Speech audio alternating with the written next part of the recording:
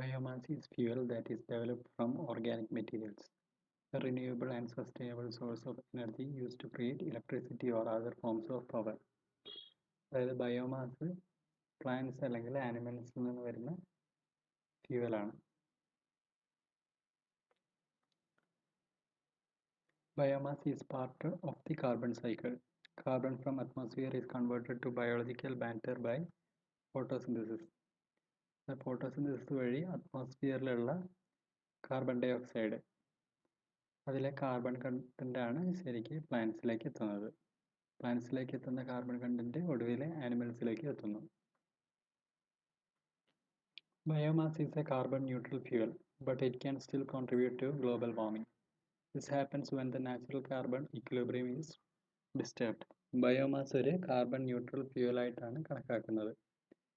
പക്ഷെ അമിതമായിട്ട് biomass നശിപ്പിക്കുകയാണെങ്കിൽ, biomass ഉപയോഗിക്കുകയാണെങ്കിൽ, അതായത് ഡീഫോറസ്റ്റേഷൻ, വനനശീകരണം പോലുള്ള പ്രോസസ്സ് അധികമായിട്ടുണ്ടെങ്കിൽ ബയോമാസ് ഗ്ലോബൽ വാർമിംഗ്, അതായത് ഗ്രീൻ ഹൗസ് ഗ്യാസസ് അന്തരീക്ഷത്തിൽ കൂടുന്നത് മൂലം ബയോമാസ് ഒരു കാർബൺ ന്യൂട്രൽ ഫ്യൂവൽ അല്ലാതെയാകും. പ്രധാനമായിട്ട് 4 രീതിയിലുള്ള ബയോമാസ് കൺവേർഷൻ മെത്തേഡ്സ് ആണ് ഡിസ്കസ് ചെയ്യുന്നത്. Thermal conversion, thermochemical conversion, biochemical conversion and chemical conversion. ഇതിൽ ഏറ്റവും ആദ്യത്തെ തെർമൽ കൺവേർഷൻ എന്താണെന്ന് നോക്കാം. Use of heat with or without the presence of oxygen to convert biomass materials or feedstocks into other forms of energy.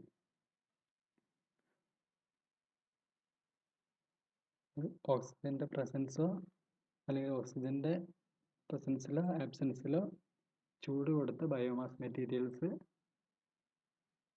എനർജിയാക്കി convert ചെയ്യുന്നതിനാണ് thermal conversion എന്ന് പറയുന്നത്. Thermal conversion technologies include direct combustion, pyrolysis and torrefaction. Thermal conversion തന്നെ 3 രീതിയിലുണ്ട്: combustion, pyrolysis and ടോറിഫാക്ഷൻ.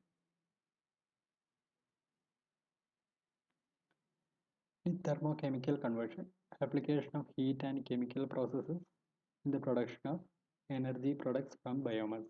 തെർമോകെമിക്കലിൽ പേര് സൂചിപ്പിക്കുന്ന പോലെ ഹീറ്റും അതേപോലെ chemical പ്രോസസ്സും apply ചെയ്തിട്ടാണ് ബയോമാസ് എനർജിയാക്കി കൺവേർട്ട് ചെയ്യുന്നത്. ഇതിന് ഏറ്റവും ബെസ്റ്റ് എക്സാമ്പിളാണ് ഗ്യാസിഫിക്കേഷൻ. ഇനി അടുത്തത് biochemical conversion. Use of enzymes, bacteria or other microorganisms to break down biomass into liquid fuels. Biochemical conversion includes anaerobic digestion and fermentation. രണ്ട് ഇമ്പോർട്ടൻറ്റ് ടെക്നിക്സ് ആണ് anaerobic digestion and fermentation. ഇതിൽ anaerobic digestion ആണ് biogas പ്ലാന്റ്സിലൊക്കെ ഉപയോഗപ്പെടുത്തുന്നത്.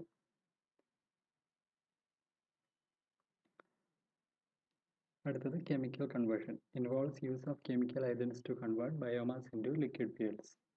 ഇതിന് ഏറ്റവും best എക്സാമ്പിളാണ് ട്രാൻസെക്സ്റ്ററിഫിക്കേഷൻ. അത് പ്രധാനമായിട്ട് 4 ടെക്നിക്സ് ഉണ്ടെന്ന് പറഞ്ഞു: thermal conversion, thermochemical conversion, biochemical conversion and chemical conversion.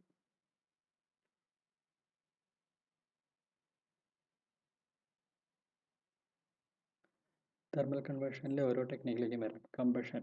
Direct combustion is the burning of biomass in the presence of oxygen. ഓക്സിജൻ്റെ സാന്നിധ്യത്തിൽ ബയോമാസ് കത്തിക്കുന്നതിനാണ് ഡയറക്റ്റ് കമ്പഷൻ എന്ന് പറയുന്നത്. In a furnace, biomass burns in a combustion chamber, converting the biomass into heat. The heat is distributed in the form of hot air or water. In a boiler, the heat of combustion is converted into steam. A boiler steam contains 60 to 85% of the energy in biomass fuel.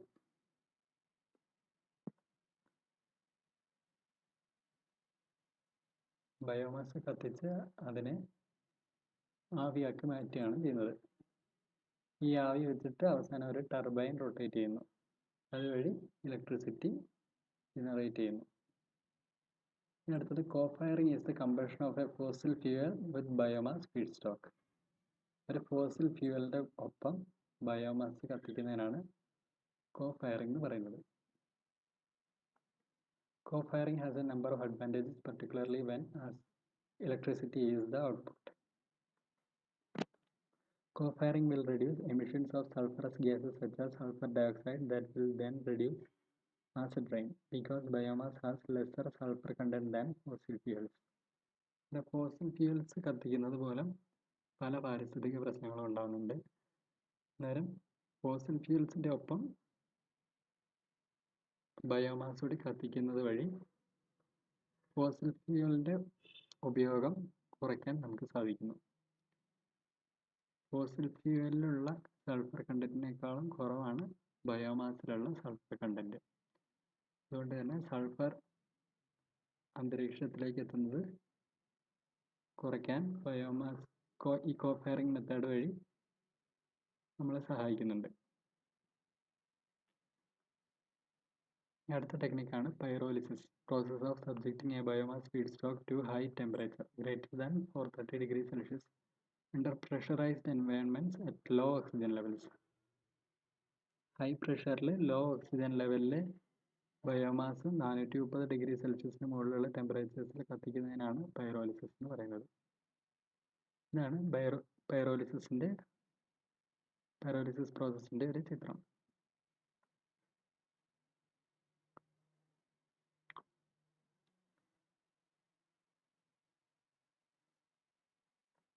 In the process, biomass undergoes partial combustion to produce liquid fuel and solid residue called biochar. Biochar is like charcoal and is rich in carbon. Pyrolysis വഴി biochar എന്ന് പറയുന്ന ഒരു material ഉണ്ടാകുന്നുണ്ട്. It is like charcoal and is rich in carbon.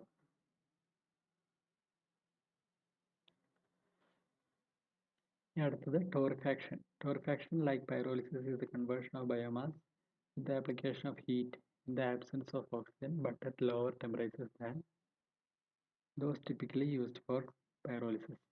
പൈറോലിസിസിന് 430 degree Celsius മുകളിലുള്ള temperatures ആയിരുന്നു ഉപയോഗിക്കുന്നത്.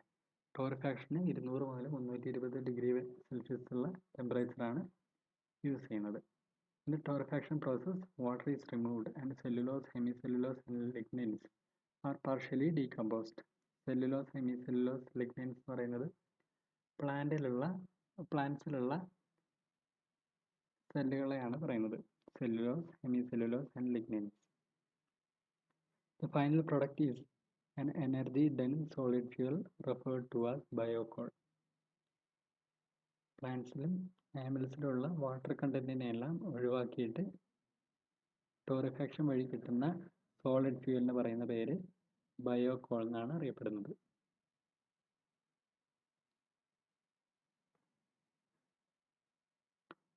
ടോറിഫാക്ഷൻ്റെ ഒരു ചിത്രമാണ് കാണിച്ചിരിക്കുന്നത്.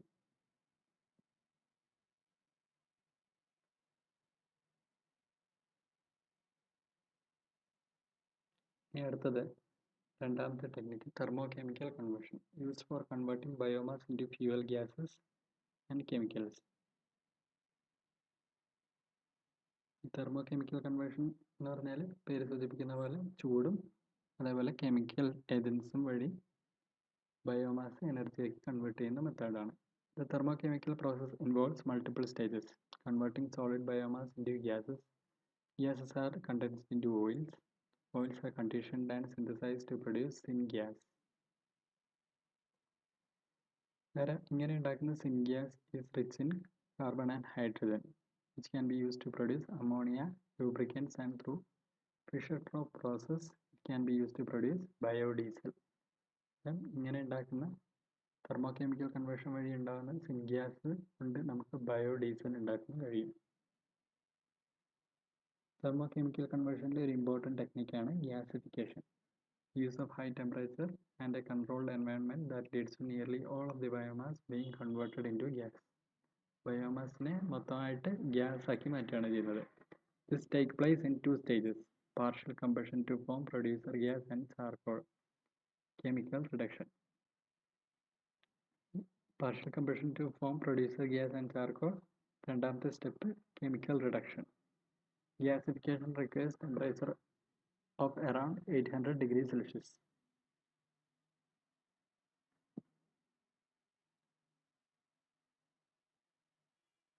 അതാണ് ഇവിടെ ഗ്യാസിഫിക്കേഷൻ്റെ ചിത്രത്തിൽ കാണിച്ചിരിക്കുന്നത്. First 4 processes constitute partial combustion. അഞ്ചാമത്തെ സ്റ്റേജ് എന്ന് പറഞ്ഞാൽ റിഡക്ഷൻ ആണ്.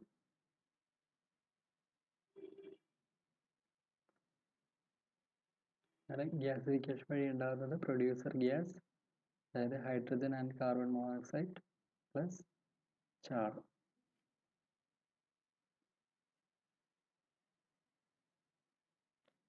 മൂന്നാമത്തെ ടെക്നിക്ക് എന്ന് പറഞ്ഞാൽ biochemical conversion. Anaerobic digestion and fermentation are the key biochemical conversion technologies.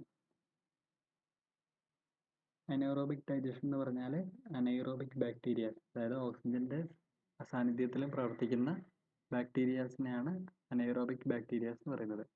Anaerobic bacterias വഴി ബയോമാസിനെ മീഥേൻ റിച്ച് ബയോഗ്യാസ് ആക്കി മാറ്റുന്നതിനാണ് അനേറോബിക് ഡൈജഷൻ എന്ന് പറയുന്നത്. ഫെർമെൻറ്റേഷൻ എന്ന് പറഞ്ഞിട്ടുണ്ടെങ്കിൽ use of yeast to convert carbohydrates into alcohol, most notably ethanol called bioethanol. This process involves several stages. Crop materials are pulverized and combined with water to form a slurry. Heat and enzymes are then applied to the slurry to make it finer. Other enzymes are added to convert starches into glucose sugar. Crop materials എല്ലാം അരച്ച് ഒരു slurry ആക്കി മാറ്റുന്നു. അതിലേക്ക് ഹീറ്റും എൻസൈംസും apply ചെയ്ത് അത് glucose ഷുഗറാക്കി മാറ്റുന്നു. The sugar slurry is then pumped to the fermentation chamber to which yeast are added. ഇതിലേക്ക് ഈസ്റ്റ് ആഡ് ചെയ്ത് 48 മുതൽ 50 മണിക്കൂറിന് ശേഷം ഇതിൽ നിന്ന് ആൽക്കഹോൾ വേർതിരിച്ചെടുക്കുന്നു. ഇനി നാലാമത്തെ technique chemical conversion. Use of chemical interactions to transform biomass into other forms of usable energy.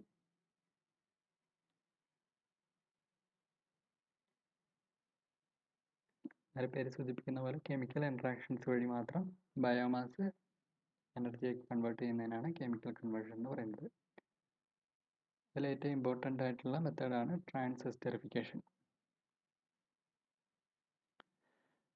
ട്രാൻസെസ്റ്ററിഫിക്കേഷൻ എന്ന് പറഞ്ഞിട്ടുണ്ടെങ്കിൽ ഫാറ്റി ആസിഡ്സ്, അതായത് പ്ലാന്റ്സിലും ആനിമൽസിലുള്ള ആസിഡ്സ് അത് ആൽക്കഹോളുമായിട്ട് കമ്പൈൻ ചെയ്യിച്ച് മീഥൈൽ എസ്റ്ററും ഗ്ലിസറോളും ആക്കി മാറ്റുന്നതിനാണ് ട്രാൻസെസ്റ്ററിഫിക്കേഷൻ എന്ന് പറയുന്നത്. ആൽക്കഹോളും ആസിഡും കൂടി ചേർന്നിട്ടുണ്ടെങ്കിൽ എസ്റ്ററാണ് ഉണ്ടാവുക. Transesterification is a chemical reaction through which fatty acids from oils, fats and greases are bonded to alcohol. Biodiesel is a common end product of transesterification. Almost any bio oil, animal fat or tree oil can be converted to biodiesel.